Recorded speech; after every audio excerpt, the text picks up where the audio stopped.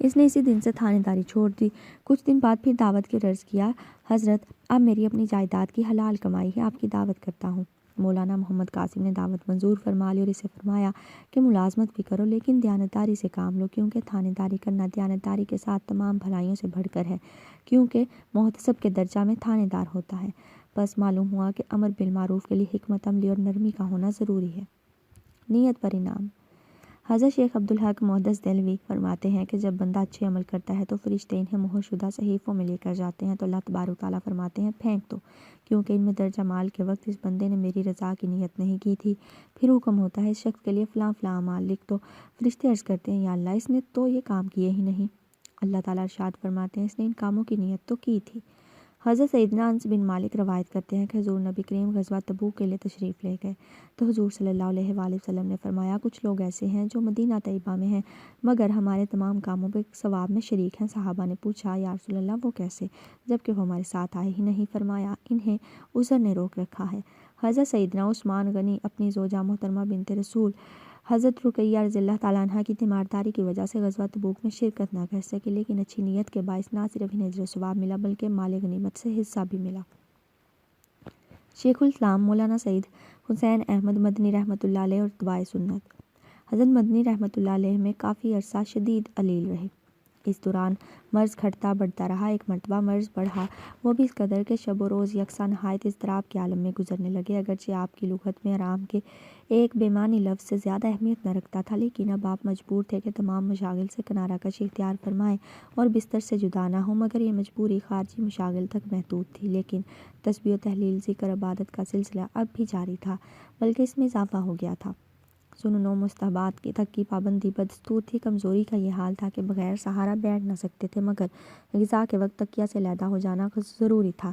سب کا اصرار ہوتا کہ تکیہ کی ٹیک لگا کر کھانا کھا لیں، مگر صاف فرما دیتے نہیں بھائی یہ سنت کے خلاف ہے۔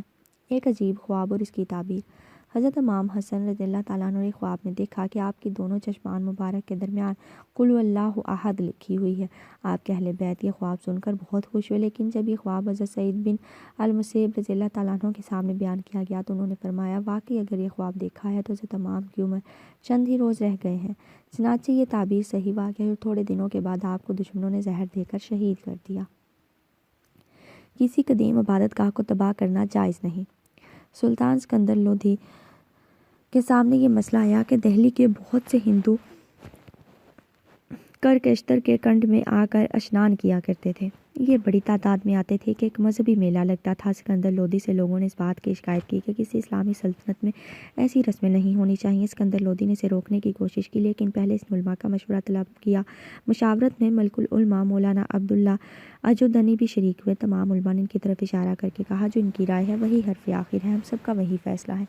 سکندر لودھی چاہتا تھا کہ مولانا عبداللہ اس میلے کو روکنے کا فیصلہ کر دیں۔ مولانا نے پوچھا کرکشتر کیا چیز ہے؟ بتایا کہ یہ بڑا حوض ہے جہاں ہندو دہلی اور قرب و جوار سے آ کر غسل کرتے ہیں۔ مولانا نے پوچھا یہ رسم کب سے جاری ہے؟ لوگوں نے بتایا یہ قدیم زمانے سے جاری ہے۔ مولانا نے فتویٰ دیا کہ کسی قدیم عبادت گاہ کو چاہے وہ کسی بھی مذہب کی ہو اسلام کی روح سے تباہ کرنا جائز نہیں۔ سکندر لودھی نے جب اپنی مرضی کے خلاف فیصلہ سنا تو خنجر پر ہاتھ رکھ کر بولا تمہارا یہ فتویٰ ہندوؤں کی طرفداری کا ہے، میں پہلے تمہیں قتل کروں گا پھر کرکشتر کو تباہ کروں گا۔ مولانا عبداللہ نے بڑی دلیری اور جرأت سے جواب دیا اللہ تعالیٰ کے حکم کے بغیر کوئی نہیں مرتا۔ میں جب کسی ظالم کے پاس جاتا ہوں تو پہلے ہی اپنی موت کے لیے تیار ہو کر جاتا ہوں۔ آپ نے مجھ سے شرعی مسئلہ معلوم کیا، وہ میں نے بیان کر دیا۔ اگر آپ کو شریعت کی پرواہ نہیں تو پھر پوچھنے ہی کی کیا ضرورت تھی؟ یہ سخت جواب سن کر سکندر چپ ہو گیا۔ کچھ دیر کے بعد اس کا غصہ ٹھنڈا ہو گیا اور مجلس برخاست ہوئی تو مولانا سے کہا میاں عبداللہ آپ مجھ سے ملتے رہا کریں۔ دواخانے میں زخمی ترگت کے پاس ساؤچی اور امام صاحب کو بیٹھے دکھایا جاتا ہے۔ امام صاحب ترگت کو یہ واقعہ سناتے ہیں۔ ایک صحابی تھے حضرت سعد، ان کا رنگ سیاہ تھا۔ انہیں اپنے سیاہ رنگ کی وجہ سے بہت سی پریشانیوں کا سامنا کرنا پڑتا۔ حضرت سعد رضی اللہ تعالیٰ عنہ ایک دن حضرت محمد صلی اللہ علیہ وآلہ وسلم کے پاس گئے۔ وہ دکھی اور پریشان تھے۔ انہوں نے کہا یا رسول اللہ کیا میرا سیاہ رنگ مجھے جنت میں جانے سے روکے گا؟ ہمارے پیغمبر صلی اللہ علیہ وآلہ وسلم نے جواب دیا میں اس اللہ کی قسم کھاتا ہوں جس کے قبضے میں میری جان ہے، اگر تم اللہ سے ڈرتے ہو اور اس پر ایمان رکھتے ہو جو اس کا پیغمبر لایا تو جو بھی تم نے کہا وہ تمہیں جنت میں جانے سے نہیں روک سکتا۔ حضرت سعد نے پھر پوچھا تو پھر لوگ مجھے کمتر نگاہوں سے کیوں دیکھتے ہیں؟ یا رسول اللہ وہ اپنی بیٹی مجھے کیوں نہیں دیتے؟